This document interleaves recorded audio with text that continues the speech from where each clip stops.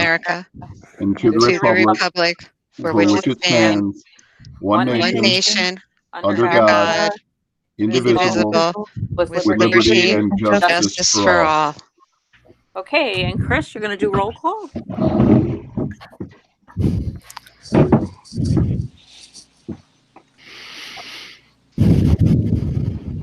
All right, Ms. Lisa Gagliotti.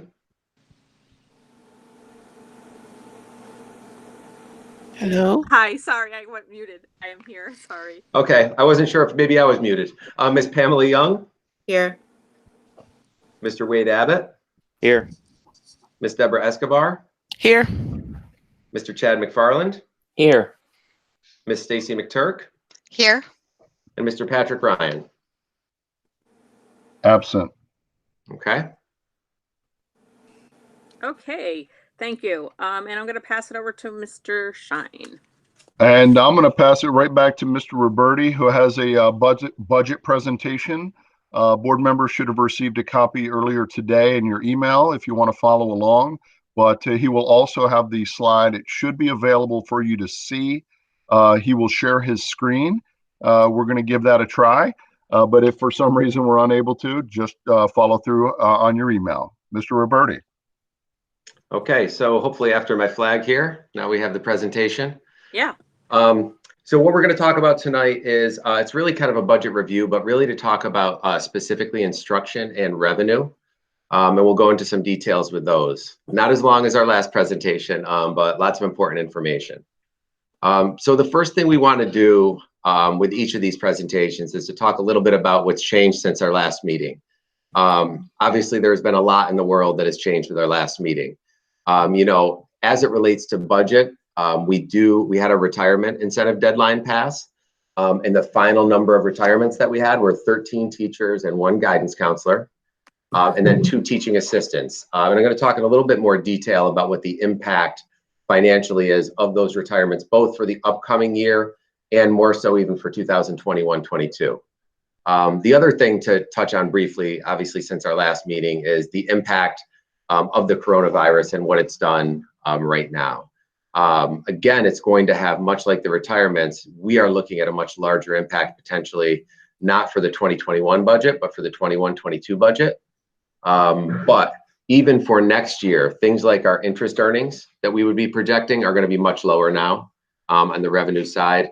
And then also, even when we spoke last time a little bit about the state aid that we had received in the first run by the governor, not only would we not be expecting more, which would be typical, but we wonder about whether or not that might actually be reduced. So definitely an impact with the current issues that are going on. So the impacts of the retirements may look disappointing at first because we had so many retirements. And when you look at the actual reduction in our expenses, the salary reductions were $560,000. And just to explain this a little bit, what we have for the salary reductions, now that we know who the people are that retired, is we have the salaries of the people who retired, and then we have an estimate of who will be hired as their replacements. And the estimate that we're using is if they are step 5 on the salary scale for teachers. So, you know, depending on what level of experience people have when we actually do rehire and fill those positions, obviously there'll be an impact for people if they have less experience.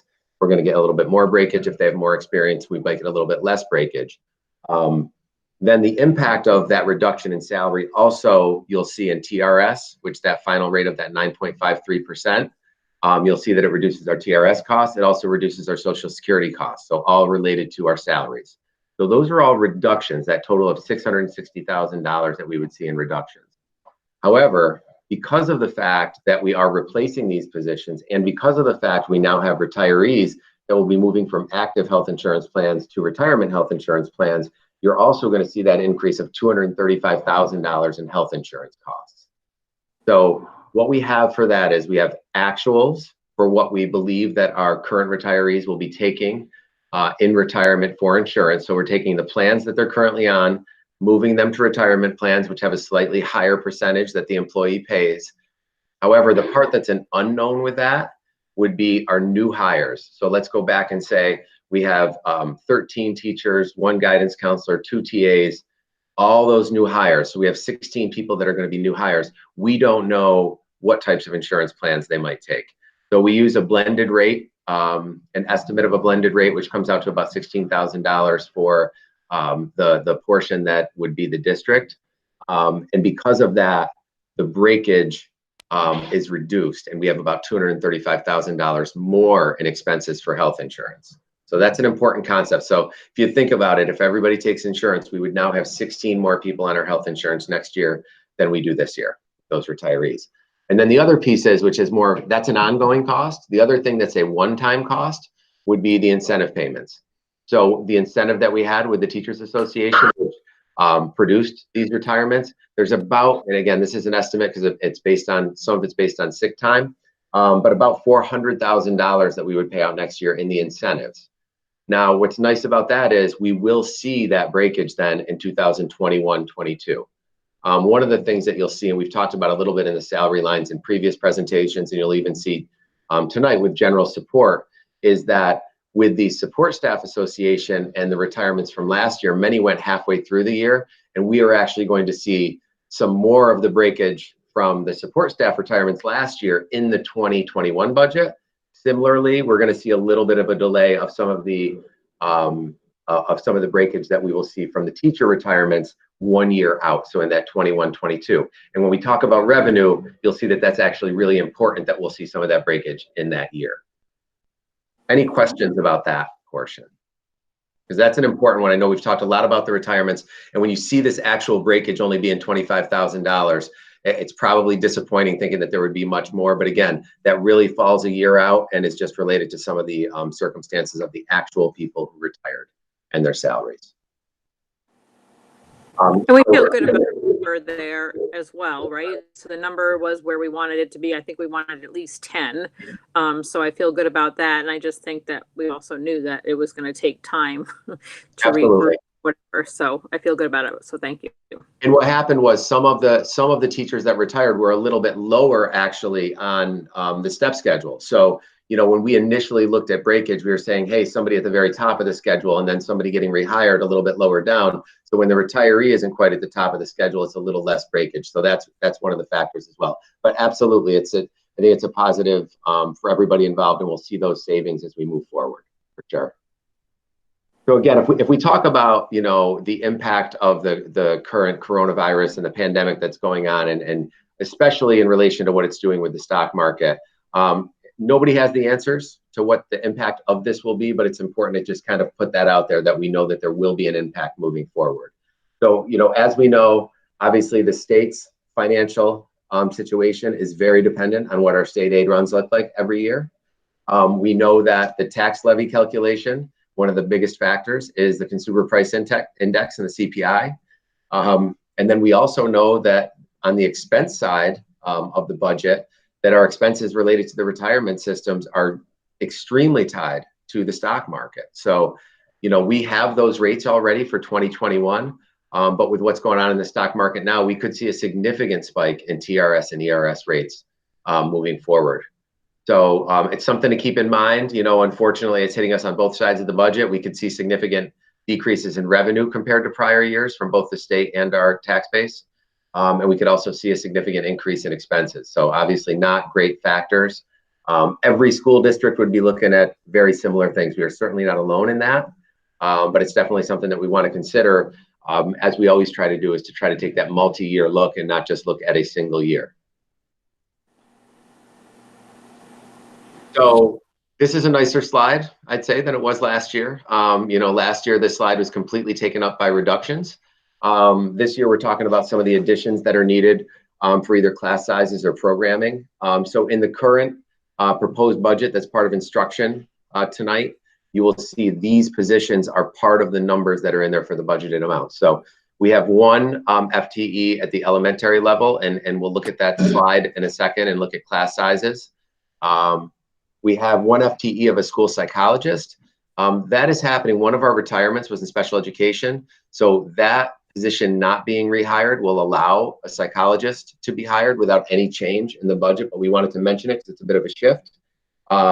They feel like at Draper specifically, this is where the psychologist will be. They'll be working on behavioral assessments, behavior plans, and working with some of those things that we feel like might be a little bit of a need right now, and more so than that special education teacher coming back. So to address some of those middle school behaviors and continue to work on the things that the committees at Draper, the climate committees and things like that have been working on it to support that initiative. You also see a 0.5 of a contracted speech therapist. The reason it's contracted instead of an employee, we would expect that to be a single year need. There's going to be some transitions in the way that the speech services are provided. But we believe that for 1 year, there's going to need to be this bridge of continuing to provide some extra sessions before we move on to that new format. And it's something that you guys will hear more about moving forward. The next two on there, the 1.0 FTE of AIS and the 0.4 to 0.6 of special areas, specifically in 8th grade, those are both at Draper. And they are not expected to be new hires. And what I mean by that is, we believe with current staffing, one of the things that we have available within the teacher's contract is that when there is a need, we can go slightly above a 1.0 and keep our own employees. And what they do is they end up teaching during their planning time, but it allows, say, for example, a math teacher to add an extra 0.1 or 0.2 to their schedule, where they can offer an AIS lab to their students that they also have in class. So there's some really good efficiency with doing it that way. And it's also not a new hire that then has new benefits and all of those kinds of things. So it kind of works both ways. It works from a teaching perspective, and it also works well from a budgetary perspective. So that's something that we're looking at next year. We'll have to fine tune as we go through the schedule. For the special areas, very similar. As you guys know, the bubble kind of students that are coming through in the middle school will be in 8th grade next year, and we had some special areas this year that were above 30 students. So we want to address that need as 8th graders. That should again be a 1 year cost, as we will be able to the following year go back to the normal number of sections, if you will, in our special areas. But this bubble of students coming through is much larger than ones we've had in recent years. And in order to get those class sizes there, even down to 30, but hopefully a little bit lower, there'll be a small amount of FTE. And then the final thing on there is a teaching assistant. And that teacher assistant is part of the high school's proposed budget. And it's a way to provide some additional help to struggling students, both academically though, and for some of the behavior. So it won't be exactly like what the turnaround room is at Draper, but a similar idea where students having some behavioral difficulties might be able to go to kind of an intermediate step between, you know, being suspended, kicked out of class, and kind of working on those behaviors and getting them back to class. So that's what that TA position would be. So if we move forward and look at projected class sizes, what you'll see here is we look at our current enrollment, number of sections, and then average class size at each grade level that we currently have. And you see that it ends up being about eight sections and 212 students, you know, and right in that 26.5 range. That's 56 total sections if you total up the total number in 2019-20. If you look to 2020-21 with some of our increases, you would see that actually the total number of sections there ends up being 57. So it is one more section. These are just projected numbers at this point, and the biggest unknown, as it is every year, is kindergarten. And the kindergarten registration process is one of the things that's certainly been impacted by the coronavirus and by the school closure, and that's something that we're working on now. But it typically takes toward the end of the academic year, and then obviously, as you guys know, we get a lot of registrations over the summer as well. But we're trying to predict as best we can as to what those look like. We do have kind of target ceilings at each of the grade levels. So for kindergarten and first grade, the target ceiling for average class size is 25. And then as you move into grades 2 through 6, it's 28. So you'll see that all the projected ones fall under that right now. The closest one would be grade 2 being up close to 28 and only having 7 sections. But again, as enrollment goes through and we get closer, the other one that we make some assumptions with, but we have pretty good historical data for, is going from grade 5 to grade 6. But we need to just keep an eye on those as the school year goes on. But for right now, that's why in the previous slide, you saw the one addition of an elementary FTE section, because without that, we would not be able to stay below what we have as targeted ceilings for the specific grade levels. Any questions on that? Because obviously I know, you know, that's a big one. It's changed over time. We were able to get class sizes down relatively low for a while. And then as we had more difficult budget years, they've creeped back up, and we're really trying to keep them where they are. Okay. So actually, Chris, Yeah, the go one ahead. that jumps out, the one that jumps out at me most is the 27.9 for Sure. grade 2. Looking at that one, and it looks like we're going from, correct me if I'm wrong, from 8 sections down to 7 for that. Yes. Yes. So part of the reason for that would be it's that same cohort of students, obviously, and typically you'd keep them right around the same number of sections as they move through. So if there were 8 sections in first grade, there would be 8 in second, 8 in third in theory. But one of the things in trying to do this as a long range planning tool, and within the budget constraints that we have, is the targets that ceiling goes from 25 in first grade to 28 in second grade. So obviously that's really close right now. And so that's going to be one of the ones that we have to keep an eye on.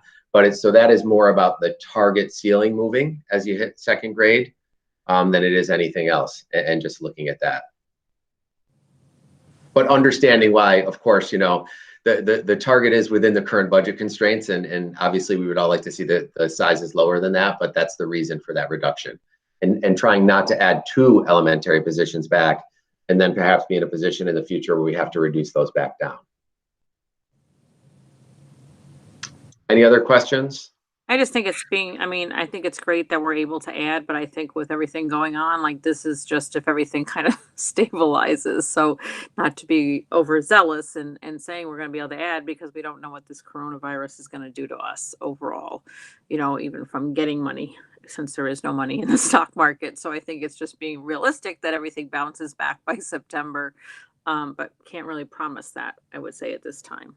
Right. And one of the big things, Lisa, too, is that, we need to see if there is an impact on what we end up with for state aid. And I don't know if we'll know by April 1st, which we typically would. It's obviously an unprecedented time. So to say that we're going to know at April 1st might be unrealistic, but we obviously still have the budget to adopt on April 6th. So hopefully we know a good amount of information by then. But yeah, there's a lot of unknowns out there. So as we look at some of the actual expenses, so these are kind of the proposed, with the proposed additions, these would be what the expenses would look like. Typically what we would do here is kind of just talk about some of those big changes. I can tell you that within the instructional area, obviously with over $28 million in payroll, you see the $400,000 increase. That would have been much larger without all the retirements. So that's where you see the reduction from. If we think back to that retirement slide, the reduction in payroll being pretty significant, that typically, even with like a 3% increase, would get you up about $900,000 of an increase. Instead, you're in the low 400s. When we talk about instruction, it's also important to remember that that's regular education, special education, guidance, athletics, all of the things that go into kind of that day-to-day contact with students. Employee benefits, we talked about employee benefits in pretty good detail, and we're having what I would say a very good year with employee benefits overall, as far as like the percentages. The reason this skews high right here is, don't forget, there's about $400,000 in this employee benefits area that specifically has to do with the retirement incentives. So, overall with health insurance and things like that, we're trending much better this year. So the $400,000 that we spoke about earlier as part of the retirements have a huge impact here, and makes that jump look a lot higher than it typically would in a regular year.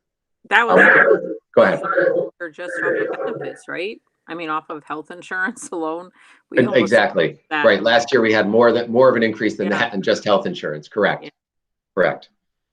We talked about operations and maintenance and transportation last time, but with those increases, just as a reminder, they're pretty much salary increases, especially in operations and maintenance, and then a little bit with maintenance contracts. And then in transportation, it's some salary increases. And then we also added in another $35,000 because it is now aidable, where we'll get that money back for the snow rake that can take the snow off the tops of buses, which we would be using tomorrow morning if school was in session. So that is in the budget for next year, though, and just as a safety measure for all of our school buses. District support, it's nice to see a reduction line here. Kind of going back to that theme of the delayed impact of retirements. The main reason that line is a little bit lower is we had both a position reduction and 2 retirements in the business office from last year's budget. They worked partway through this year full-time, and then partway through the year part-time after that. So when we hit the 2021 budget, we're going to see the full savings from both the retirements and the reduction that we made. So that's the reason that you're seeing that impact. It'll be similar to what you see next year in kind of that second year with the teachers who have retired and seeing that extra bump in the second year after incentive is offered. And then debt service, I mean, it's a very small change here. It's the final project coming on, and it's also any increases from the change in the bus proposition, but very small compared to what we've seen in recent years. And you'll see that that means that the overall expenses within the budget go up a little over $1.4 million. So if we look to revenue, and again, the major pieces of revenue that we talk about, obviously state aid, which as of right now, we are going, our original idea when we got the aid is that we were hoping to see another X% of an increase from those initial aid runs that we got from the governor. You know, we were hoping in the $50,000 to $150,000 range of a change. This revenue right here projected is exactly what was in the governor's run. And again, as I alluded to earlier, you know, our hope would be that it's just not reduced, and we really won't know that, you know, until the final budget comes out. But that increase you'll see is about $840,000. That includes our foundation aid increase. It includes the community schools, which we haven't had before, of a little over $100,000. And we are seeing an increase in our BOCES aid based on the fact that we've had some software and some other purchases that we have moved over to that BOCES line and are now going to be in the future recouping that BOCES aid. So we actually see an increase there, which is nice. The fund balance appropriation and reserve appropriation are not expected to change. As we go down, you'll see that the BOCES rental has gone down. So again, we like to see the red numbers on the expense side, not so much on the revenue side. But as we discussed at a prior meeting, one of the things that we had found out is we went from 5 BOCES classrooms that they will be renting for special education services down to 2. That decrease between rent and ancillary services is almost $120,000. And then you'll see the decrease in interfund transfer for debt. This is not necessarily a bad thing. This was the final amount last year that we were using to offset the project on the tax levy for the taxpayers. And so now that that project is fully on the levy, we are no longer offsetting those costs at all, and that's why that is at 0. Okay, so that has now been fully incorporated into the tax levy. It's also the reason that our levy in the upcoming year is under 3%. And then the final piece under that revenue, you see almost a $90,000 decrease. That is almost wholly due to a change in what we are assuming we will be able to do as far as interest on the money that we have. So, like, you know, when we get tax money in the fall, and when we get state aid money, we have larger balances in the bank. Recently, we've been able to make pretty good returns on that for interest. Obviously, we don't see that being at the same levels that it had been in prior years. And you'll see for the revenues, the same $1.4 million increase.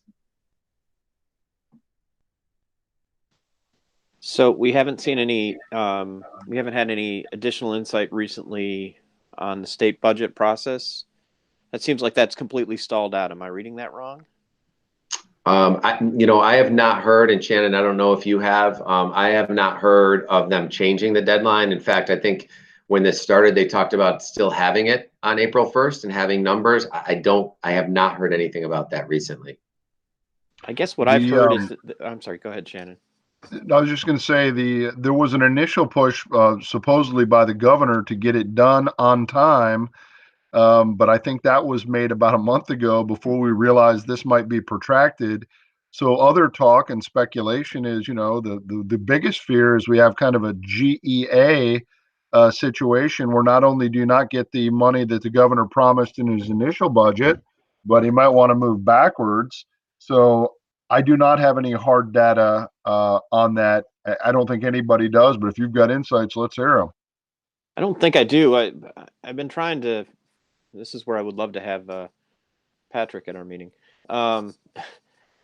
He's actually right. He texted me. He couldn't make it because he's engaged right now at the state capitol. I'm so sure he is. He probably does know more than we do, but he's probably not allowed to share that with us. But I haven't. I mean, we haven't even seen, to my knowledge, we haven't seen a one house budgets from either house, nor do I think we're really expecting to.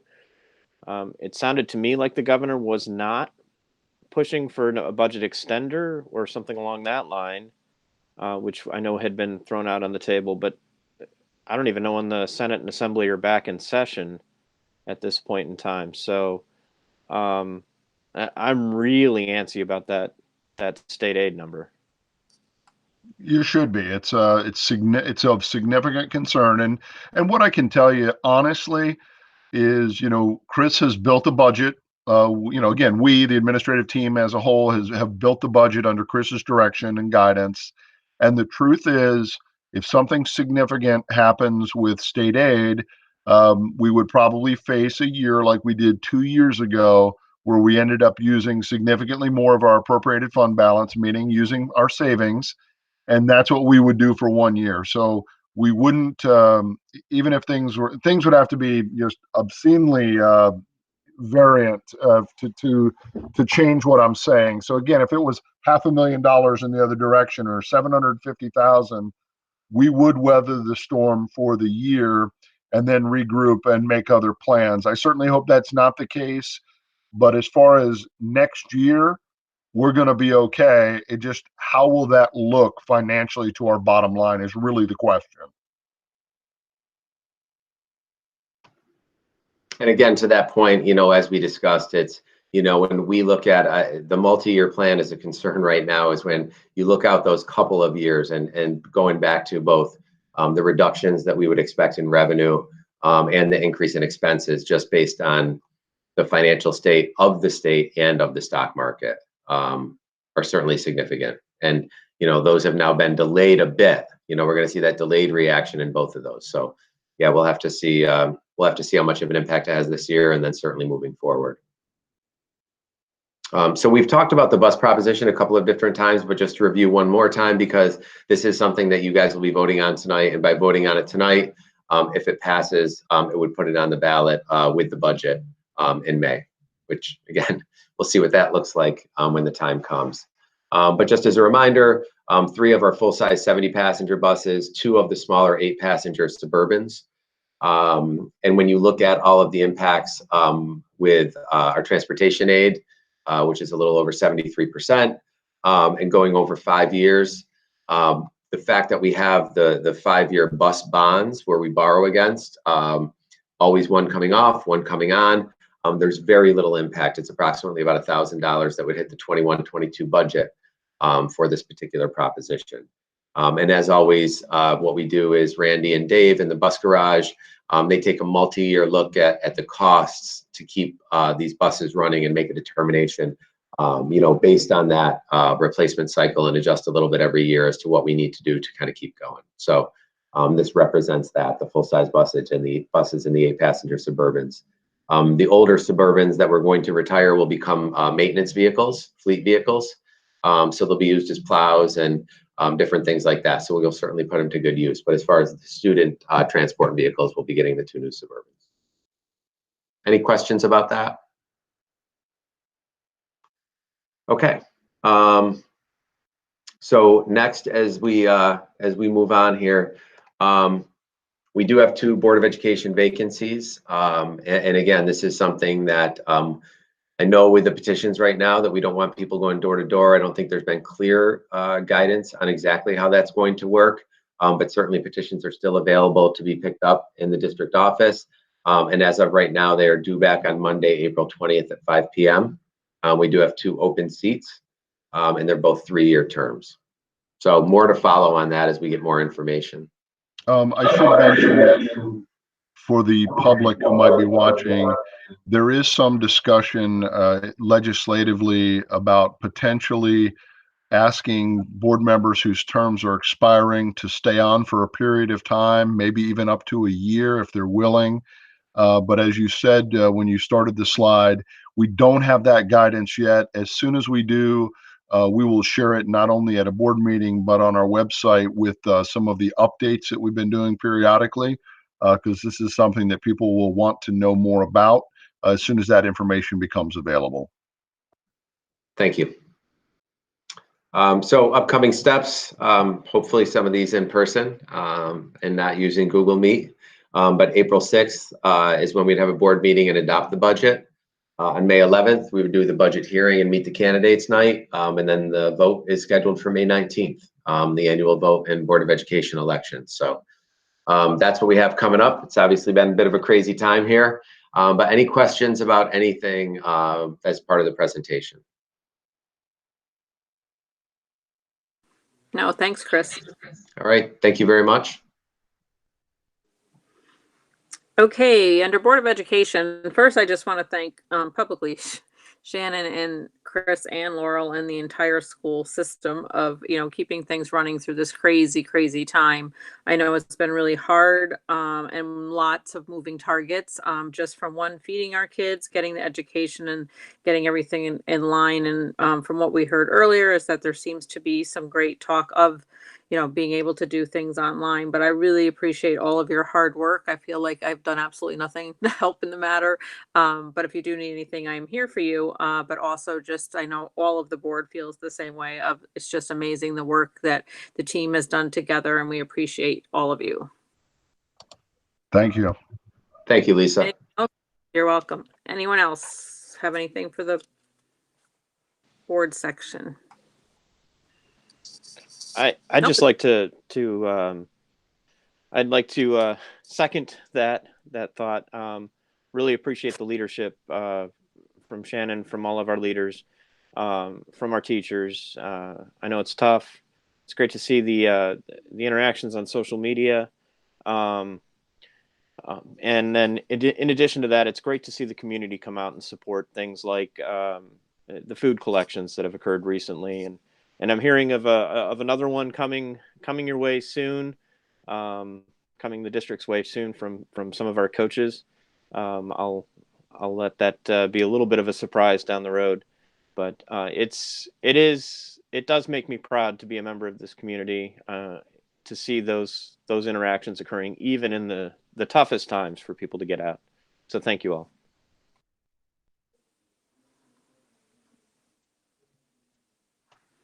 Anyone else?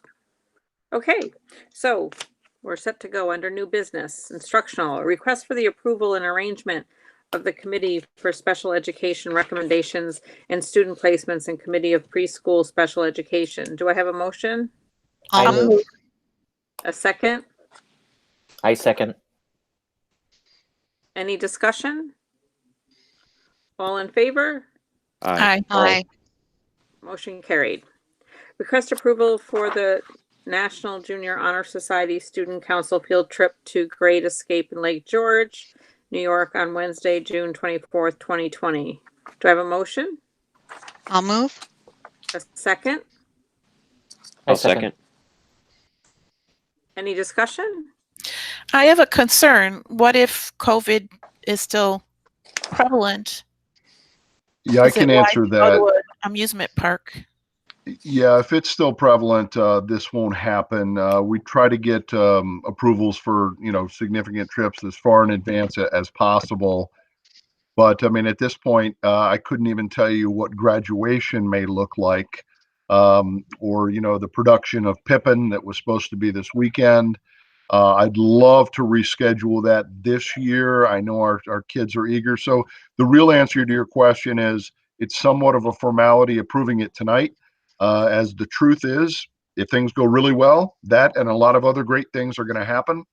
And if things don't go as well, that will not happen. Okay, thank you. Everything's All in fa- refundable. I just Oh. with the We are field trip. trying to, yeah, we are trying to build that in. I actually do not have a specific answer for you on that with this trip because I don't know for sure. But I know that everything we're doing now, the guidance in the district is if you're doing something, make sure you have it in writing that you can get out of it. We had some students who were going with an exploration club out to the Grand Canyon. And even though it's a private company that hires teachers to be the tour guide, we had some people out about 50%. That's about $2,000 in some cases.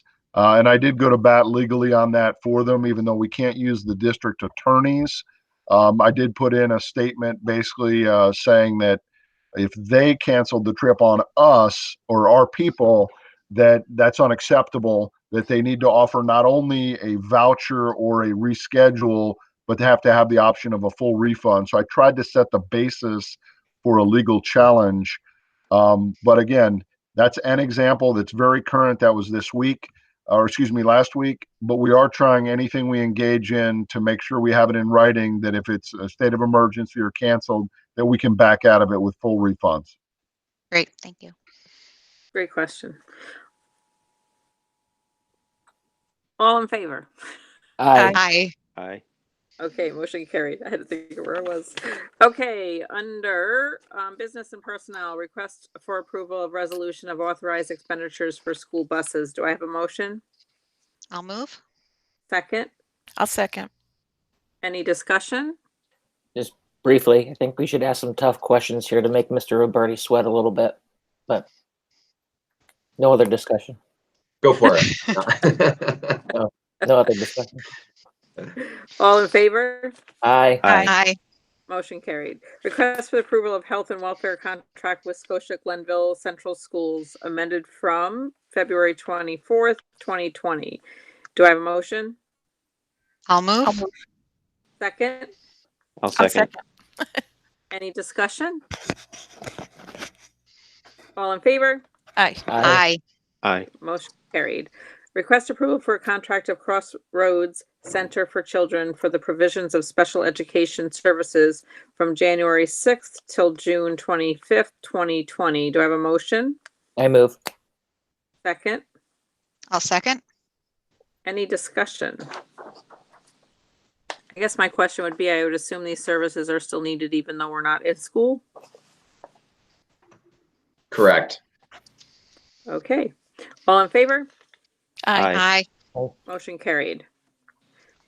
Other items, approval of minutes from March 9th, 2020. Do I have a motion? I'll move. Second? I'll second. Any discussion? All in favor? Aye. Aye. Motion carried. And then financial reports, we're just going to lump them all together. Do I have a motion? I'll move. Second? I second. Any discussion? All in favor? Aye. Aye. Motion carried. Under personnel, do I have a motion? I'll move. Second? I'll second. Any discussion? All in favor?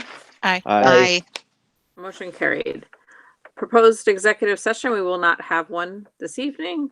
And this adjourns our meeting for March 23rd, 2020. Thank you all for coming, and hopefully we'll be together for the next one. Do you need a Anything motion? else? Oh, yeah. do Yeah, I you have should probably do motion? a formal motion on that. Motion? I move. Second? I'll I'll second. second. Any discussion? All in favor? Aye. Aye. Motion carried. And that adjourns our meeting. Anything, Shannon, to wrap it up? Or we're good? No, just I really appreciate the board's support during this difficult time, especially if it becomes protracted. I'll continue to keep everybody as well informed as possible. We've been giving a lot of positive feedback on that people really feel like they know what's going on. So the goal is to keep that up. And when you do sign off tonight, make sure you fully sign out so you're not live streaming all over the place. Yeah, and just real Okay. quick too, Shannon, just Jamie Dilbone and Bill Vaca have been working so much with the admins and the teachers, and even with things like this and trying to get this going tonight. One of the possibilities was postponing this board meeting, which some districts are doing. So just to say thank you to those guys for making this possible. They've done a really great job with that, and I know it's helping our kids, but also helping us to continue going with the business that we need to have. So thank you to those guys. They've been great. Yeah, thank you. Thank you. Thank you. I'd like to thank Shannon and Chris and Laurel for the leadership. We really feel like there's somebody guiding the ship, and it's important. So thank you. Thanks. Thank you. Thank you. Appreciate it. All right, guys. Have a great night, everybody. Yeah, have a nice night. You too. Thank Good you. night. Bye. Good night. Wash your hands. Bye. Now.